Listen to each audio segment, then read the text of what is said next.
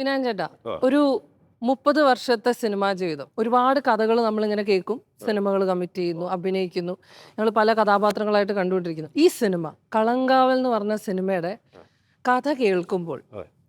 മറുപകുതിയിലുള്ളത് മമ്മൂക്കയാണ്. ആ. മമ്മൂക്കയോടൊപ്പം ഇങ്ങനെ ഒരു ത്രാസിൽ ഇങ്ങനെ ബാലൻസ് ചെയ്യുന്ന പോലെ ഒരു കഥാപാത്രം. ഈ കഥ ഞാൻ ആക്ച്വലി ഞാൻ പറഞ്ഞില്ല, ഞാൻ സ്ക്രിപ്റ്റ് അങ്ങനെ പോകാറില്ല. ഇത് എന്ന് വെച്ചാൽ സ്ക്രിപ്റ്റ് ഓറിയൻറ്റഡ് ഒരു മൂവിയാണ്. കഥ കുറച്ചേ ഉണ്ടായിരുന്നുള്ളൂ, 2 ക്യാരക്ടർ എന്നുള്ളത്. പിന്നെ സ്ക്രിപ്റ്റാണ്. അപ്പോൾ സ്ക്രിപ്റ്റിൽ നമുക്ക് ഒന്നും ചെയ്യാനായിട്ടുള്ള അധികാരവും ഇല്ല. കാരണം ഇതൊരു കുറ്റാന്വേഷണ സ്റ്റോറിയാണ്. അപ്പോൾ അതിൽ പോയിന്റ് ബൈ പോയിന്റ് എഴുതിയിരിക്കണം. അപ്പോൾ ഒന്നും മാറ്റാൻ പറ്റില്ല. പിന്നെ കഥ എനിക്ക് ഇഷ്ടം, ഒന്നും പറയാനില്ല. നമുക്ക് എന്ത് പറയാനാ. എന്നാലും നമ്മൾക്ക് ഒരു ആക്ടറെ സംബന്ധിച്ചിടത്തോളം മമ്മൂക്കയുടെ കൂടെ ഒരു സഹനടൻ കഥാപാത്രങ്ങൾ നമ്മൾ ചെയ്തിട്ടുണ്ട്. പക്ഷെ ഇതിങ്ങനെ ഒരു ത്രാസിൽ തൂക്കുന്ന പോലെ ബാലൻസിങ് പോലെ ഒരു പരിപാടിയാണ് കളങ്കാവലിലുള്ളതെന്നാണ് ഞങ്ങൾക്ക് ട്രെയിലർ കണ്ടപ്പോൾ, അല്ലെങ്കിൽ അങ്ങനെ ഒരു ഇൻസൈറ്റ് ഞങ്ങൾക്ക് കിട്ടിയിട്ടുള്ളത്. How was that? അത് ആ ഒരു ഇതിലേക്ക് വന്നത്. 2 ക്യാരക്ടറാണ്. പിന്നെ ഇത്രയും വലിയൊരു പടമൊക്കെ ചെയ്യാൻ മമ്മൂക്കാട് കൂടെ ഓപ്പോസിറ്റ് എന്നൊക്കെ ചെയ്യാൻ 2 ക്യാരക്ടറാണ് മെയിനിൽ നിൽക്കുന്നത്. ഒന്ന് ഞാനും ഒന്ന് സാറും. അപ്പോൾ അതൊക്കെ സിനിമയിലെ ഏറ്റവും വലിയ ഭാഗ്യങ്ങളിലൊന്നാണ്.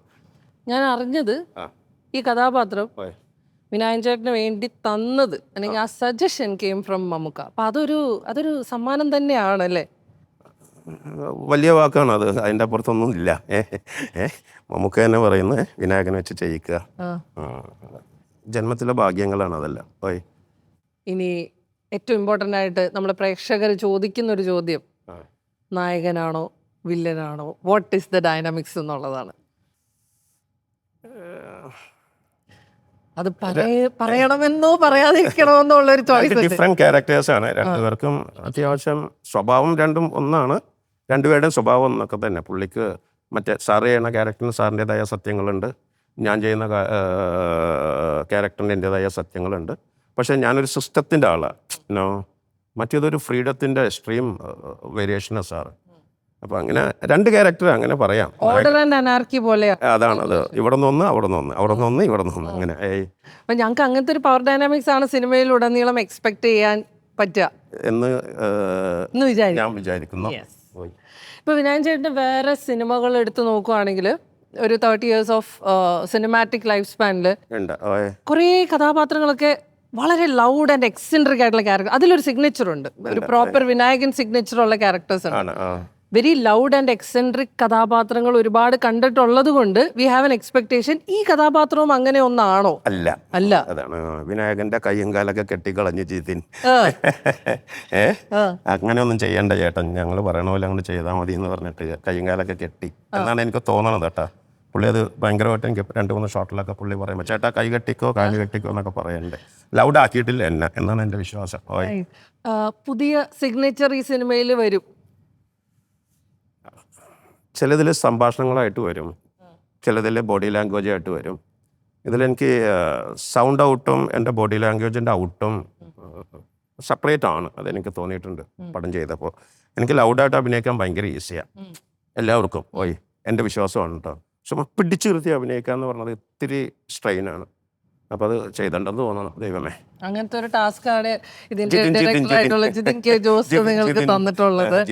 അതിൽ അദ്ദേഹം ഒരു 100% സക്സീഡ് ചെയ്തിട്ടുണ്ടെങ്കിൽ ഞങ്ങൾ ഈ സിനിമയിൽ കാണുക ഒരു പുതിയ വിനായകനെ. സപ്പോർട്ട് ചെയ്ത് എന്നെ വളരെ വലുതായിട്ട് എന്നെ കമാൻഡ് ചെയ്ത് നിർത്തിയിട്ടുണ്ടായിരുന്നു ജിതിനെ.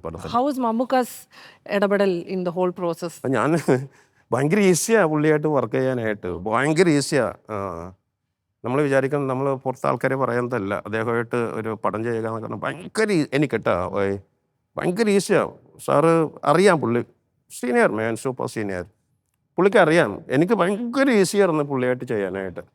സാറിന് ഞാൻ അതിൽ താങ്ക് യു പറയുന്നു. പോർഷൻസ് കുറച്ച് അഭിനയിച്ച് കാണിച്ചു തരലും അങ്ങനത്തെ കോൺട്രിബ്യൂഷൻസ് ഒക്കെ ഉണ്ടായിട്ടുണ്ട്. ഡയലോഗ് ഏരിയകളിൽ സാർ എന്നെ കുറേ, ഞാൻ ആക്ടിങ്ങിൽ ഞാനൊരു ബോഡി ലാംഗ്വേജ് ഓൾറെഡി പിടിച്ചിട്ടുണ്ടായിരുന്നു സാറ് വരണതിന് മുമ്പ്. പക്ഷെ ഡയലോഗിൽ സാറ് വന്നിട്ട് കുറേ ഗുണമുണ്ടായി എനിക്ക്. സാർ ചെയ്ത് എക്സ്പീരിയൻസ്ഡ് ആണല്ലോ, അപ്പോൾ എനിക്ക് ഭയങ്കര ഗുണം ചെയ്തു സാറിൻ്റെ. അത്ര ഒന്നും പറയണ്ട, അല്ലെങ്കിൽ ഇത്രയും പറയണം എന്നൊക്കെ പറയുന്ന ചില അതൊക്കെ എനിക്ക് ഭയങ്കരമായിട്ട് പോയി. എന്നെ ഡയലോഗ് പറയണതിലാണ് സാർ എന്നെ കൂടുതൽ സഹായിച്ചത്. വിനായൻ ചേട്ടന് ഒരു സിനിമയുടെ ഭാഗമായിട്ട് കണ്ടു കഴിഞ്ഞാൽ പിന്നെ പൊതുവേദികളിൽ കാണാറില്ല, അതെവിടേക്കാണ് ഈ അപ്രത്യക്ഷനാകുന്നത്? സിനിമയുടെ ബിസിനസ്, അതാണ് ഞാൻ മെയിനായിട്ട് നോക്കാറ്.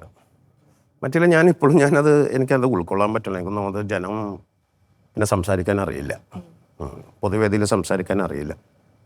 അത് കാരണം എൻ്റെ കുറേ താഴെയുള്ള പ്രശ്നങ്ങൾ അതൊക്കെ പബ്ലിക് വന്ന് കാണിക്കണ്ടെന്ന് വെച്ചിട്ടാണ്. താല്പര്യമുണ്ട്, പറ്റുന്നില്ല. പിന്നെ 10 പേരിൽ 2 എണ്ണം തോണ്ടും. പിന്നെ എൻ്റെ സ്വഭാവം അനുസരിച്ച് ഞാൻ എന്തെങ്കിലും പറയും, പിന്നെ പ്രശ്നവും. ബെറ്റർ വീട്ടിൻ്റെ അകത്തിരിക്കുക. ഇങ്ങനെ ഒരു ചിന്തയുടെ ക്രക്സ് ഉള്ളതുകൊണ്ടാണ് ഇടയ്ക്ക് ഗോവയിൽ പോയി താമസിക്കുന്നതൊക്കെ. നാട്ടിൽ നിന്ന് ഇങ്ങനെ ഒരുപാട് മാറി നിൽക്കുന്നു എന്ന് കേൾക്കുന്നു. ഗോവയിൽ പോണതിൻ്റെ കാര്യം, അവിടെ എനിക്ക് സ്കൂട്ടർ ഓടിച്ച് പുറത്ത് കിടക്കാം. ആരും തിരിച്ചറിയുന്നില്ല. ഇല്ല, ആരും കൂടുതലൊന്നും അറിയില്ല. ആക്ടർ ആൾക്കാർ എന്നാലും പക്ഷെ അവര് അങ്ങനെ ഒരു അക്സെപ്റ്റൻസ് കിട്ടുന്നു എന്ന് തോന്നുന്നു. അവര് വേറെ രീതിയാണ് പുറത്ത് തന്നെ കാണുമ്പോൾ. ശാന്തതയുണ്ട്, ഡൈനാമിക്സും ഉണ്ട്, ഏറ്റവും അൾട്ടിമേറ്റും ഉണ്ട്, ഏറ്റവും ലോയാണ്. ഇവിടെ മിഡിലിൽ നിൽക്കേണ്ടവരും അവിടെ നിൽക്കണ ഇങ്ങനെ എനിക്ക് വയ്യ. ആക്ടർക്ക് വളരാൻ ആക്ടർക്ക് ആ സ്പേസ് വേണം എന്ന് തോന്നുന്നു. എനിക്കോ? ഇല്ല, ഞാൻ ആക്ടർ അല്ല, വിനായകൻ എന്ന് പറഞ്ഞ ആക്ടറിനെ എനിക്ക് ഇവിടെയും ചെന്നൈയൊക്കെ എനിക്ക് ഏറ്റവും കൂടുതൽ ഇഷ്ടം. ആക്ടറിന് ചെന്നൈയുടെ കാര്യം പറഞ്ഞപ്പോൾ രജനീകാന്ത് സാറിന്റെ വില്ലനായിട്ട് അഭിനയിച്ചു. പിന്നെ നമ്മളിപ്പോൾ കാണുന്ന മമ്മൂക്കയുടെ നായകനാണെന്ന് ഞാൻ പറഞ്ഞാൽ അതൊരു ഭയങ്കര കോൺട്രാസ്റ്റ് ആണ്. ബെസ്റ്റ് ഞാൻ ചെയ്തു. ഇവിടെ മമ്മൂക്ക, അവിടെ രജനീകാന്ത്. അപ്പൊ ഞാൻ പെട്ടെന്ന് ഈ പടമെടുക്കൽ കുറച്ചങ്ങോട്ട് കുറച്ച് ഇത് ബെസ്റ്റ് ഇനിയും വരട്ടെ, കാരണം രണ്ടും ചെയ്തു ഞാനത്. എന്തെങ്കിലും ഇങ്ങനെ എക്സ്പെക്ട് ചെയ്യണ്ടേ എനിക്ക് ഇങ്ങനത്തെ ഒരു ക്യാരക്ടർ ചെയ്യണം എന്നുള്ളൊരു സാധനം? ഞാനായിട്ട് ചെയ്യാൻ വെച്ചിരിക്കുന്ന കുറച്ച് മൂവികളുണ്ട്, അത് പറയാറായിട്ടില്ല. അല്ലെങ്കിൽ എനിക്ക് പല കാര്യം എനിക്ക് മാർച്ച് ചെയ്യാനാണ് ഇഷ്ടം. എനിക്ക് ഇപ്പം പറഞ്ഞല്ലോ, എന്നെ പിടിച്ചു കെട്ടിയിരുത്തി അഭിനയിപ്പിക്കുന്ന പടങ്ങളിൽ എനിക്ക് ഭയങ്കര ഇഷ്ടമാണ് അങ്ങനത്തെ പടങ്ങൾ. മമ്മൂക്കയുടെ കൂടെ ബെസ്റ്റ് ആക്ടർ എന്ന് പറഞ്ഞിട്ടൊരു സിനിമ ചെയ്തു. ആ സിനിമയിൽ കൂടെ അഭിനയിച്ച എല്ലാവരും ബെസ്റ്റ് ആക്ടേഴ്സ് ആയിട്ട് അവാർഡ് വാങ്ങിച്ചു. ചേട്ടനും സ്റ്റേറ്റ് അവാർഡ് കിട്ടി. അപ്പൊ അതൊരു ഭയങ്കര ഒരു എന്താ പറയാ, കുറച്ച് പ്രഡിക്റ്റീവ് ആയി പോയ പോലെ ഒരു തോന്നലുണ്ട്. ഇതേ നമ്മൾ ഷൂട്ട് ചെയ്യണം, അപ്പോൾ അതിൽ ഒരു പോസ്റ്റർ ഷൂട്ട് ഇങ്ങനെ എടുക്കണേണ് എല്ലാവരും കൂടി. അപ്പോൾ മമ്മൂക്ക ഇങ്ങനെ പറയണം, അപ്പോൾ ഞാൻ എല്ലാവരും അങ്ങോട്ട് തിരിഞ്ഞേക്കുന്നു, ഞാൻ ഇങ്ങോട്ട് തിരിഞ്ഞിരിക്കണം ആ പോസ്റ്ററിൽ. ഫോട്ടോ എടുത്തിട്ട് സാറ് പറഞ്ഞതാണ്, എടാ ഓൾമോസ്റ്റ് എല്ലാവരും ബെസ്റ്റ് ആക്ടർ ആണ് കേട്ടോ എന്ന് പറഞ്ഞത്. അപ്പോൾ ഉടനെ അടുത്ത വർഷം അങ്ങനെ ആ പടത്തിൽ 5 പേരും ബെസ്റ്റ് ആക്ടേഴ്സ് ആയി. അതൊരു ഭയങ്കര ഒരു പ്രഡിക്ഷൻ പോലെ ഒരു സിനിമ അല്ലേ, ഒരു പ്രവചനം ആ സിനിമയിൽ. ഈ കളങ്കാവൽ എന്നുള്ളൊരു വാക്ക് തന്നെ ഭയങ്കര ഒരു നമുക്കിപ്പോഴും പിടികിട്ടിയിട്ടില്ല വാട്ട് ഇറ്റ് ഈസ് എന്നുള്ളത്. അത് സിനിമ ഇറങ്ങിയാലാണ് ഞങ്ങൾക്ക് മനസ്സിലുള്ളത്. എന്നാൽ പോലും അതിന്റെ ഷെയ്ഡ് എന്താണെന്നോ അല്ലെങ്കിൽ അതിന്റെ അർത്ഥം എന്താണെന്നോ എന്തിലേക്കാണ് ഞങ്ങൾ നോക്കേണ്ടതെന്നുള്ളൊരു. ഞാനിത് ജിതിനോട് ഒരു ദിവസം ചോദിച്ചിരുന്നു, ജിതിന് ഇതെന്താണ് എനിക്കും തോന്നില്ല, ഇത് എന്ത് വാക്കാണെന്ന് വെച്ചാൽ ഇത് പുള്ളിയൊരു നാടായിട്ട് ബന്ധപ്പെട്ട് അവിടെ കാവൽ എന്ന് പറഞ്ഞൊരു വാക്കുണ്ട്, സെക്യൂരിറ്റി എന്ന് പറഞ്ഞ. അപ്പോൾ എൻ്റെ ക്യാരക്ടർ അതായിട്ട് കുറച്ച് അല്ലേ അങ്ങനെ ഉണ്ട്. അകത്ത് ആരും കയറ്റാൻ ശ്രമിക്കാത്ത ഒരു കാവൽക്കാരൻ.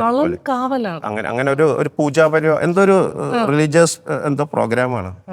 സത്യം പറഞ്ഞാൽ ജിതിനാണ് ഇത് എനിക്ക് പറഞ്ഞു തന്നത്, ഇങ്ങനെ ഒരു ചേട്ടയ്ക്ക്. എനിക്കും ശരിക്കും ആ വാക്കിൻ്റെ അർത്ഥം അറിയില്ല, ഇപ്പോഴാണ് പറഞ്ഞത്. പക്ഷെ കൂടുതൽ എനിക്ക് പറയാൻ പറ്റില്ല. അപ്പൊ അത് ബാക്കി നമ്മൾ തിയേറ്ററിൽ പോയിട്ട് പ്രേക്ഷകർ അവിടെ എക്സ്പീരിയൻസ് ചെയ്യേണ്ടതാണ്.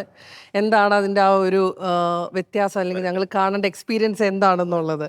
ഒരു കലാകാരനായിട്ടുള്ള ജീവിതം ആരംഭിക്കുന്നത് ഒരു ഡാൻസർ ആയിട്ടാണ്. ഈ ഡാൻസർ എങ്ങനെ തമ്പി കണ്ണന്താനം സാറിന്റെ സിനിമയിലേക്ക് എത്തി? ഞാൻ തുടങ്ങുന്നത് ഒരു ഡാൻസ് സ്റ്റേജ് പെർഫോമറായിരുന്നു. അവിടെ നിന്നാണ് തമ്പി സാർ എന്നെ മാന്ത്രികത്തിലോട്ട് കൊണ്ടുവരുന്നത്. ഒരിക്കലും മറക്കില്ല. ഫയർ ഡാൻസ് ഒക്കെ ആയിരുന്നു. ഫയർ ഡാൻസ് ഞാൻ ഒരു ബേസിക്കലി ഫ്രീ സ്റ്റൈലായിരുന്നു, പക്ഷെ ഞാൻ എപ്പോഴും ഫയർ ഡാൻസിലായിരുന്നു എപ്പോഴും ഞാൻ ഹിറ്റ് ചെയ്തുകൊണ്ടിരുന്നത്. ബേസിക്കലി ഞാൻ ഒരു ഫ്രീ സ്റ്റൈൽ ഡാൻസറാണ്. തമ്പി സാറാണ് എന്നെ സിനിമയിലോട്ട് എൻ്റെ ഗോഡ് ഫാദർ.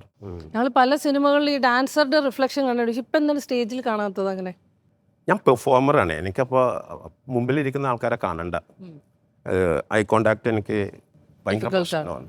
മറ്റേ പെർഫോമറാണ്, അങ്ങനെ ചെയ്തേച്ചാൽ മതി, ആരെങ്കിലും കാണട്ടെ എന്നുള്ളതാണ്. മറ്റേ നമ്മൾ നേരിട്ട് വന്ന് ഫംഗ്ഷനിലൊക്കെ ഇരിക്കുമ്പോൾ ആൾക്കാരുടെ ഐ കോണ്ടാക്ട് വീഴും. എനിക്കത് ഭയങ്കരമായിട്ട് ഹാൻഡിൽ ചെയ്യാൻ അറിയില്ല. അതാണ് മെയിൻലി, എനിക്ക് ഹാൻഡിൽ ചെയ്യാൻ അറിയില്ല. ഞാൻ ഒരു സെലിബ്രിറ്റി ആയിട്ട് ഇന്ന് ഞാൻ എന്നെ കണ്ടിട്ടില്ല, അതാണ് എൻ്റെ ഒരു റിയാലിറ്റി. ഈ ഫ്ലെക്സിബിൾ ഡാൻസറിനെ നമ്മുടെ ഡയറക്ടർ പിടിച്ച് ടൈം ചെയ്താണ് ഈ ക്യാരക്ടർ അഭിനയിപ്പിച്ചതെന്നാണ് പറഞ്ഞത്. Was that difficult? അത് ഭയങ്കര ബുദ്ധിമുട്ടുള്ളൊരു പ്രോസസ് ആയിരുന്നു. പിന്നെ ഞാൻ എങ്ങനെയല്ല അഭിനയിക്കുന്നത്, മോസ്റ്റ്ലി ഞാൻ ഇങ്ങനെ അഭിനയിക്കുള്ളൂ.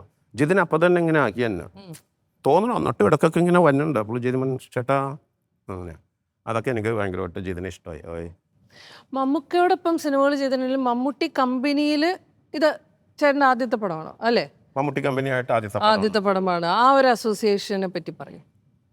കേരളത്തിലെ ഏറ്റവും പ്രീമിയത്തിൽ എന്നെ എത്തിച്ച കമ്പനിയാണത്. പ്രീമിയം ഫെസിലിറ്റി പ്രീമിയത്തിൽ എത്തിച്ചത്. അത് ഇൻഡസ്ട്രിക്ക് അറിയാം എന്താണെന്നുള്ളത്. ഇപ്പോൾ ഞാൻ ആ പ്രീമിയത്തിലാണ് ഇപ്പോൾ ഞാൻ വർക്ക് ചെയ്യണത്. അത് എനിക്ക് മമ്മൂട്ടി കമ്പനി തന്ന എന്താ പറയുക, നമ്മളങ്ങോട്ട് പോക്കി അങ്ങോട്ട് എടുക്കില്ല. അത് മമ്മൂട്ടി കമ്പനിയോട് താങ്ക്സ്. ഈ സിനിമ ഒരു റിയൽ ഇൻസിഡന്റ്, റിയൽ ക്യാരക്ടേഴ്സിന്റെ കഥയാണെന്ന് കേൾക്കുന്നു. അങ്ങനത്തെ ഒരു സിനിമ ചെയ്യുമ്പോൾ ഉള്ള ഒരു ഡിഫറൻസ് എന്താണ്? Not a fictional character. Real സംഭവങ്ങൾ കുറേ ഉണ്ടെങ്കിലും പക്ഷേ കുറച്ചൊന്നും നമ്മൾ മൊത്തം റിയൽ ചെയ്യാൻ പറ്റില്ലല്ലോ, സിനിമയല്ലേ. പക്ഷേ ബേസ് ഓൺ റിയൽ കുറേ കാര്യങ്ങളിലാണ്. അതൊരു ക്യാരക്ടറിൽ തന്നെയാണെന്നാണ് ജിതിനോട് പറഞ്ഞത്.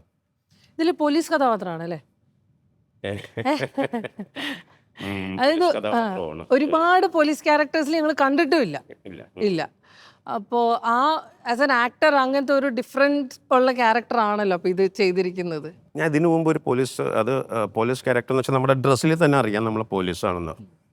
ഇതൊരു എന്താ പറയുക, ക്രൈം ബ്രാഞ്ച് എന്നൊക്കെ പറയില്ലേ, അത് സിവിൽ ഡ്രസ്സിൽ നടക്കുന്ന. അപ്പോൾ അതിന് ബോഡി ലാംഗ്വേജ് ഭയങ്കര പവർഫുള്ളായിരിക്കും. മറ്റവരുടെ ഡ്രസ്സ് ഭയങ്കര പവർഫുള്ളായിരിക്കും, ബോഡി ലാംഗ്വേജ് കുറച്ച് കുറവായിരിക്കും.